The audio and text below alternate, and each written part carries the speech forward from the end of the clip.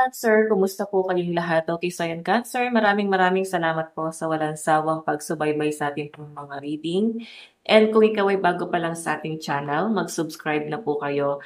Then i-click mo na rin yung ating notification bell para lagi kang updated sa ating mga bagong upload, okay? So yan guys, sa mga interesado naman sa ating private reading, nasa description box below, yung link ng aking Facebook, i-message nyo na lang ako.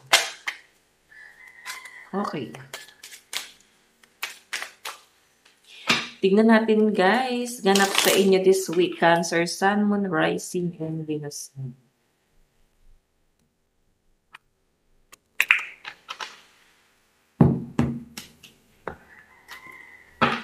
Cancer, Sun, Moon, Rising, and Venus. Meron tayong strength. So, ayan, baka nagpaplano na kayong mag-exercise this week, no?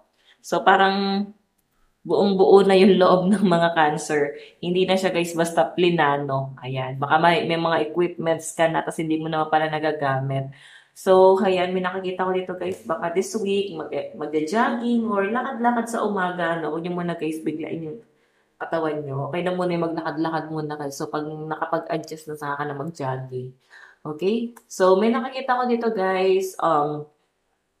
Parang siguro may panata din kayo, no? Ano ba to? Alay lakad ba to? Nagpaplano na siguro na malapit na si Mana Santa. Okay.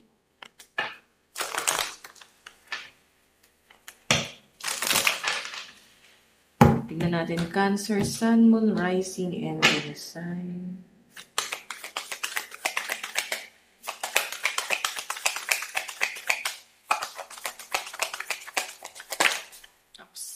Meron tayong 8 of Wands. Okay. So, may nakikita ko dito guys. Siguro, ayan, hindi naman sa parang nagtitipid. Parang sa halip na sumakay is magdadala na lang ng bike siguro para at least pagpapasok sa trabaho is parang nagbabike. Tapos para makasave na din. At least, di ba, parang nag-exercise ka na din yan. I know, 8 of Wands, may nakikita akong travel dito. Cancer, may nasa sense ako dito na someone na nasa malayo. Siguro dadalawin nyo, kamag-anak na or kapamilya na pwedeng matagal na guys na wala dito sa mundong ibabaw, no? Baka nagpaplano kayo guys na bumisita, no? So, ayan. Yung iba naman sa inyo guys, pwedeng bibisita ka sa probinsya or sa lugar na kung saan ka talaga lumaki. Kung saan ka nagkaisip, kung saan ka pinanganak. So, siguro may mga Cancer dito na gusto niyo lang guys na magbiyahe, mag-explore, or pwedeng i-heal yung inyong inner child. So, yung pag-heal rin kasi guys ng inner child is makakatulong din talaga yung pagpunta mo dun sa lugar kung saan ka nanggaling ulit, no? Kagaya nito, kung saan ka pinanganak. Sa probinsya yan, so baka nagpaplano ka. Meron tayong Queen of Pentacles na may mga nahihilig dito guys sa halaman. So, iba sa inyo guys, nagsisave. So, ini-invest mo talaga siya, Cancer. Kumbaga, basta pag nagkaroon ka ng pera is parang sinesave mo na siya guys agad. Iniipon mo na siya guys agad. Ganon. Okay? Mas ibinabalyo mo na yung pera mo dito kasi parang nag-iisip kayo guys ng business or magpagawa siguro ng bahay. Ayan. Meron tayong 4 of Pentacles. So, ito nga guys, pagsisave. Sabi ko nga baka mag-open na kayo guys ng bank account. Ayan. Magsisimula na kayo guys mag-ipon. Feeling ko kasi may pag-iipunan kayo dito eh. So, pwedeng pagpapagawa ng bahayan or pagbili ng property. Kasi medyo nahihirapan ka na sa tahanan nyo ngayon. Pwedeng may conflict kasi dyan. Kaya parang nag-iisip kayo guys na lumipat na lang. Okay. Tignan pa natin. Oops. Wait lang guys. So guys, meron tayong The Chariot. Ayan, ayusin ko lang to. Parang hindi masyadong pantay. So, ayan guys, The Chariot. May biglaang travel dito. Siguro ito rin guys yung parang pag-iipunan ng mga Cancer. Ang inyong pagbabiyahe. Ayan. May lalakarin siguro kayo. Pwedeng celebration. Pwede rin naman guys na ikaw ay nag-a-abroad, no? Baka uwi ka ng probinsya. Baka end of contract na.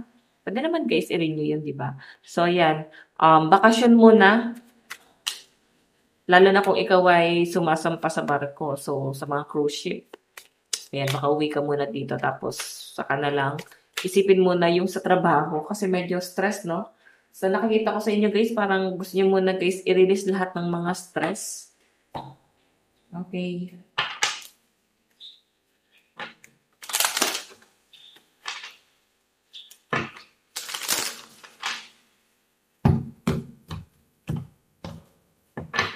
Additional message.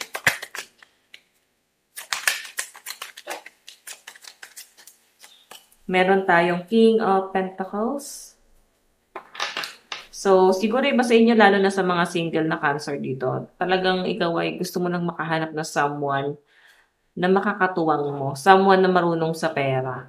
Ganun. Hindi naman yung parang may pera talaga. Gusto mo lang is marunong humawak ng pera. Kasi ikaw, gusto mag-business. Ayan, may mga Cancer na gusto mag-business pero hindi nyo alam kung paano nyo i-manage ang inyong kaperahan. Meron tayong Five of Pentacles.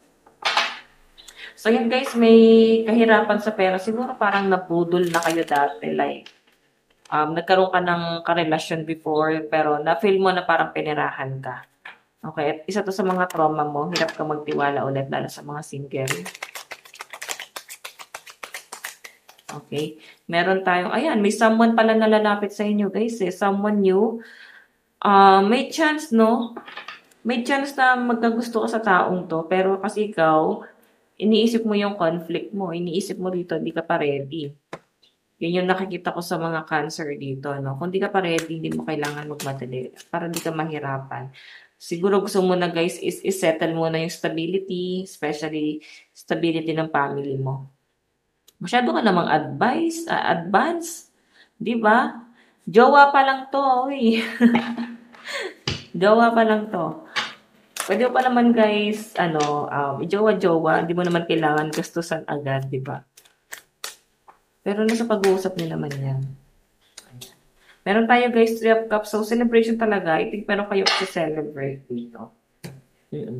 Tignan natin guys ang inyong advice. Baka meron pong magbe-birthday, ikakasal, binyag, ganon. So, piling ko kasi guys, isa rin sa dahilan kung bakit parang gusto nyo guys mag-travel, pauwi ng Pilipinas, or pwedeng pa-abroad yan. Okay, tignan natin advice.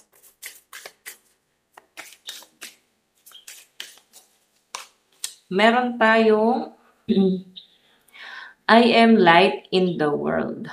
So, ayan. Feeling ko, grabe yung vibes mo, no? Kailangan like ka lang masaya kasi parang may mga taong nahahawa sa vibes mo. Okay, so ayan, Cancer. Ito lang po ang inyong reading. Maraming salamat po. Bye-bye.